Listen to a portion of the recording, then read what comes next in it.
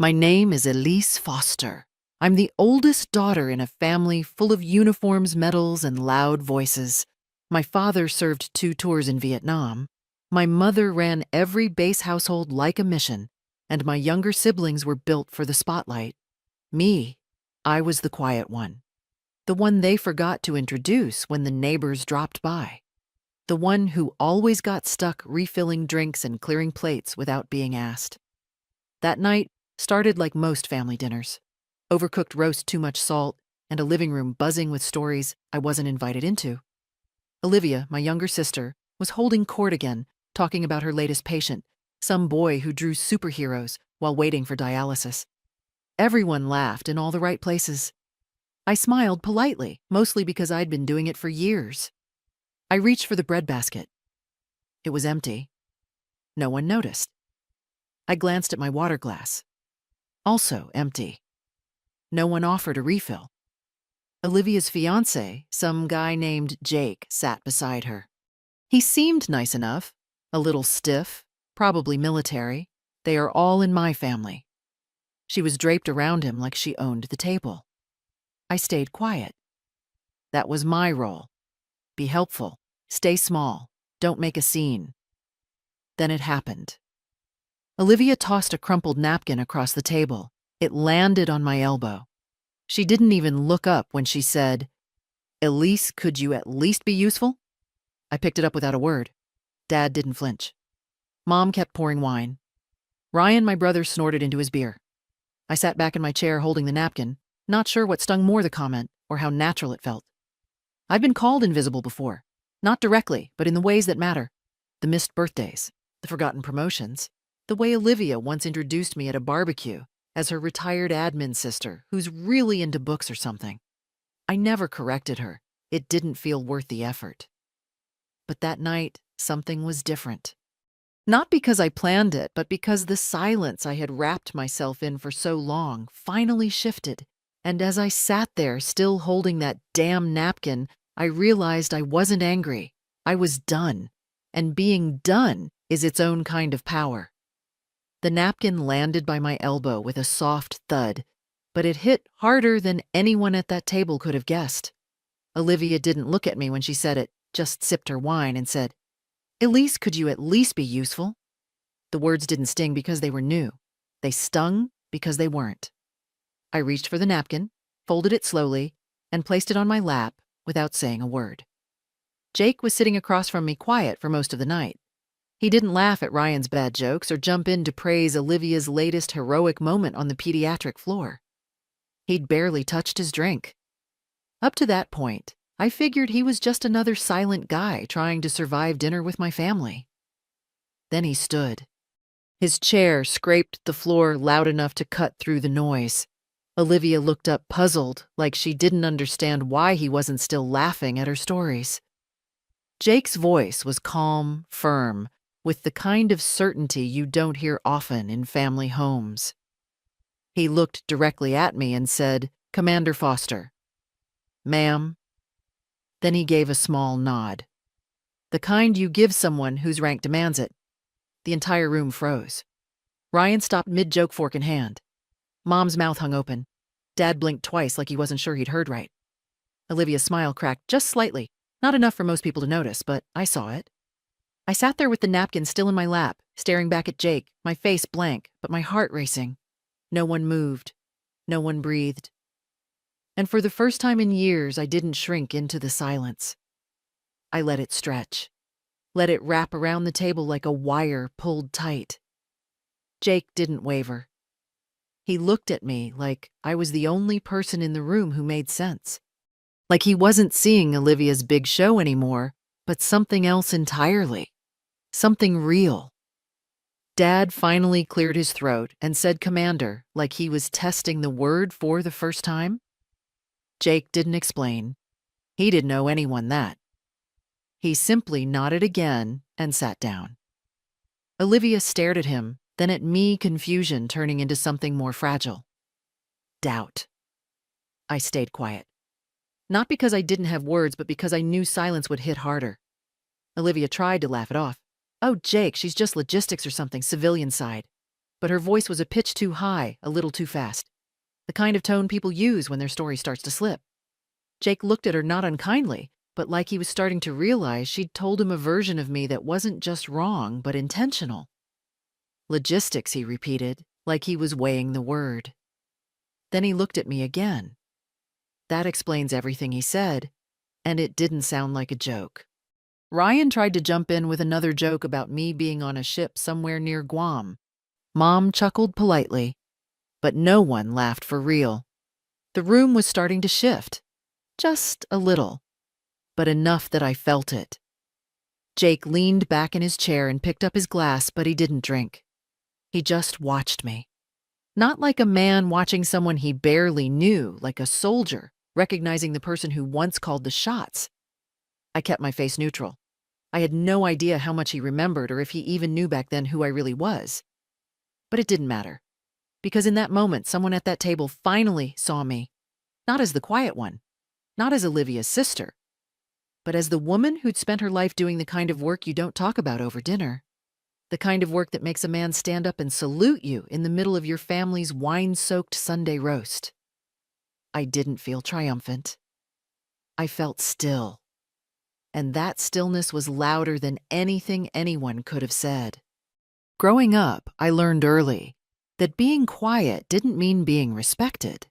It meant being overlooked. At every school event, Olivia was front and center in her cheer uniform, all bright eyes and effortless charm. I was the one holding the extra jacket, standing off to the side, hoping someone would remember I needed a ride home. At home, the pattern was the same. Olivia got the praise, the attention, and the questions about her day. I got comments like, "Elise is just more low-key," or "she likes being behind the scenes." It wasn't malicious, it was worse. It was easy for them. Easier to slot me into a box labeled dependable but dull than to ask who I really was. When I joined the Navy at 18, no one came to the send-off. Dad said he was proud but too busy with work to make the trip. Mom mailed a card with a Bible verse and a Target gift card. Olivia posted a selfie with the caption, "Saying bye to my sis. She's off to do admin magic." I didn't correct her. I was used to them defining me in ways that didn't challenge their idea of themselves. Every time I tried to share something real, they redirected. I once mentioned completing survival training in Arctic conditions. Mom responded with a comment about frostbite and said I needed to moisturize more. When I emailed photos from my first deployment, Olivia joked that I looked like I was in a movie about paper pushers. She called me Captain Clipboard in front of Jake once. He laughed. I didn't. At dinner parties, when people asked what I did, Dad would say, "She's in logistics, really organized," then change the subject to Olivia's latest patient story or Ryan's failed business that somehow always got spun as entrepreneurial spirit. I became the backdrop, present but not centered, necessary but never celebrated. Over time, I stopped offering anything. I stopped trying to explain the work I did, the hours I logged, the operations I helped coordinate that never made headlines. They didn't want details. They wanted a version of me that was safe, small, and non-threatening. And I gave it to them, not because I agreed, but because I was tired. Tired of performing modesty when I'd earned more than they could imagine. Tired of being polite while Olivia hogged every beam of light. Tired of making space for people who never made space for me. They thought I was content being quiet. But the truth was, I was keeping score in silence. And that score was about to be settled. I started in logistics like they always said. But what they never knew was that I was recruited within 2 years into a classified operations unit. Not because I asked, but because someone higher up noticed I could plan what others couldn't even imagine holding together. My first deployment with the team wasn't glamorous. It was freezing. Arctic coast. I remember the silence more than the cold. We lost comms on the 3rd night. One guy panicked, whispered we wouldn't make it. I didn't answer. I kept writing contingency routes by flashlight until we found a way out. That mission never made a headline. It didn't even exist on paper, but we all came home alive. And that became my reputation. The quiet one who got it done. I learned to move through systems where noise was weakness and precision was everything. Over the years, I was deployed into zones they couldn't even list on the maps. I coordinated joint extractions, handled encrypted communications, and learned to read a battlefield before anyone fired a shot. I earned 3 commendations before 30, all under names I wasn't allowed to say in public. No press, no parade, just mission complete and back on the next flight. When I turned 34, they promoted me to commander and assigned me to oversee operations for a new classified division.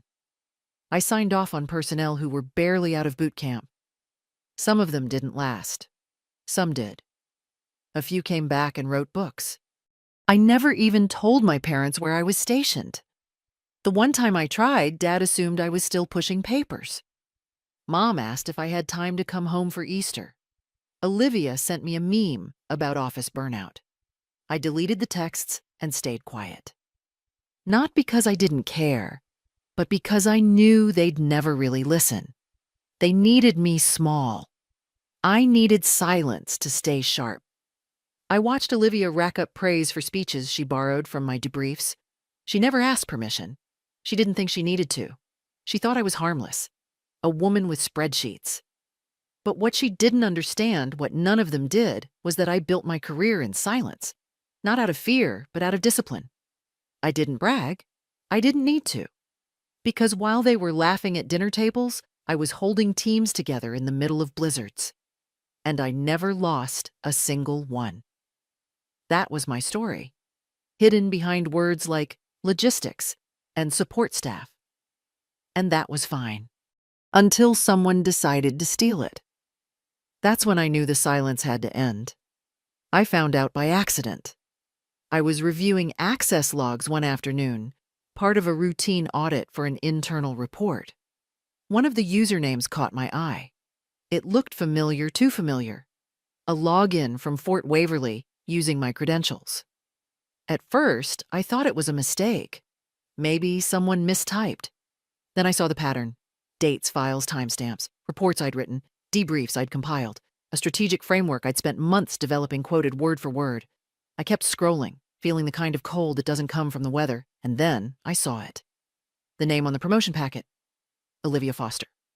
I read the file twice, my writing her name, my mission data her signature. She hadn't even tried to disguise it, just copied and pasted like it was hers to claim. It wasn't a misunderstanding, it was theft. Strategic, surgical, and personal. She used my rank, my security clearance, and my work to present herself as a rising leader in her field. She'd gotten a new position because of it. New badge, new responsibilities, all built on a foundation of lies. I should have been furious. And part of me was, but what I felt more than anything was stillness. A kind of icy calm I hadn't felt since that night on the Arctic coast. I didn't confront her, not right away. I took screenshots, archived every log, every access point, saved every copied sentence and email trail. No anger, just evidence. I wasn't going to explode, I was going to wait. Because Olivia didn't just borrow my words. She bet everything on the belief that I wouldn't speak, that I'd stay in the role she'd cast for me, the quiet one, the harmless one. She forgot silence wasn't submission. It was a tactic. I watched her rise, watched the congratulations roll in, watched our parents beam over her new post, completely unaware she'd stolen her way to it. She posted a photo online, smiling in front of a command building I used to walk through daily. The caption read, "Hard work pays off." I saved that too. When she texted me to invite me to dinner, I knew what she wanted. A prop, a background character to show off her success. She never expected me to show. She was counting on that. But I said yes. I didn't say anything when she reminded me twice not to dress too formal. Or when she sent a follow-up saying, "Keep it casual, just family." That was her way of boxing me in again. Make sure I stayed small. Make sure I didn't make her look bad. But I wasn't there for performance. I was there for the truth. I replayed the conversation with my CO in my mind. I'd reported the breach but asked to hold off on escalation. Not yet. Not until I faced her. I wanted her to see it in my eyes, that I knew, that I'd known for months, and that she'd mistaken silence for weakness one time too many. There's a kind of power in waiting, in knowing the exact moment someone's world will start to crack. I wasn't looking for revenge, I was looking for clarity. And that only comes when you let people dig their own hole deep enough to fall in. That night, I brought nothing with me but my composure. I smiled politely, nodded through her stories, and sat back while she tried to charm the room. She had no idea what was coming, that the man beside her, Jake Monroe, had once served under my command, that he owed his life to the woman she claimed was good with spreadsheets. She thought she was in control. But the moment I picked up that napkin, the countdown had begun. And by the time Jake stood and said my name with a tone only a trained soldier would use, everything shifted. She had the spotlight for years. But I had the truth. And the truth doesn't need volume to be heard. It just needs the right moment. The room was too warm, crowded with voices trying to outshine each other. Olivia had just finished a story about organizing a surprise event at her clinic, all dramatic pauses and hand gestures. Ryan laughed too loudly and Mom refilled her wine, clearly enjoying the spotlight on her golden child. No one noticed me. Not until Jake stood up. He looked at me differently now. Like something clicked into place.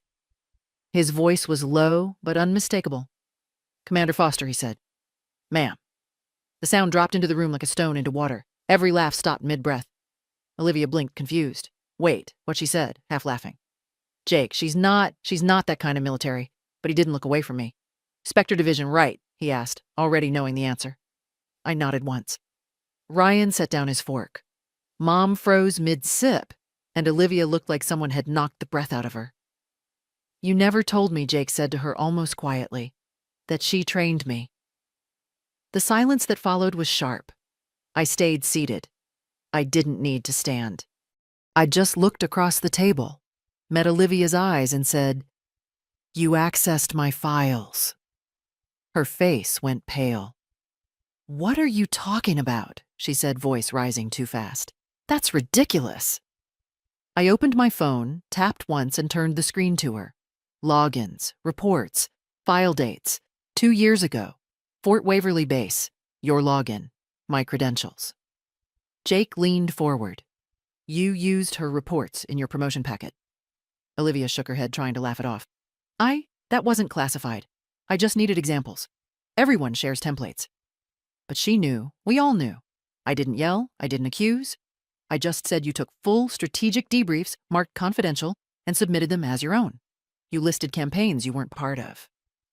You quoted directives only issued through top clearance. Dad finally spoke. "Is this true?" His voice was quieter than I'd ever heard it. Olivia's lips moved, but nothing came out. She looked trapped, like a kid caught in a lie she couldn't back out of. Jake turned to me. "I've already filed the report with my CO," he said. "A formal inquiry will follow. But I wanted to be here, to say it out loud." I nodded, calm. Controlled. "Thank you," I said. Mom looked at me like she didn't recognize who I was. "Why didn't you ever say anything?" she asked. I almost laughed. "Because no one ever listened," I said. "You liked the version of me you could explain. I just stopped correcting you." Olivia stood up fast. "You don't get to do this," she said, voice shaking. "You disappeared." "You let us believe I let you believe what you needed to," I interrupted. "But I never lied. You did." She looked at Jake, like he might save her. He didn't. He just sat back, eyes locked on the truth. Dad rubbed his temples. "You were always the quiet one," he muttered. But Olivia had the drive. "No," I said. "Olivia had the spotlight. That's not the same as having value." No one else spoke. The air in the room had shifted. Everything they thought they knew had been undone in under 5 minutes, and I didn't raise my voice once. I stood up, slow and steady. "You wanted me small," I said. "Because small made you feel big, but I stopped fitting that role a long time ago. I didn't look back as I left. I didn't need to. The truth was already sitting at that table, and it wasn't going anywhere. I didn't look back as I stepped outside. The night air was cool, but it didn't sting. It felt clean, like something had shifted in me. The porch light flickered behind me. The only sound was the slow crunch of gravel under my boots. Inside the car, I sat still for a moment. I didn't turn on the engine. I just let the quiet wrap around me. It wasn't heavy anymore. It felt earned. I reached into the glove box and pulled out the envelope I hadn't touched in 6 years. My grandmother's handwriting was faded soft at the corners. I opened it carefully, as if the years had made it fragile. Her words spilled out like a bomb.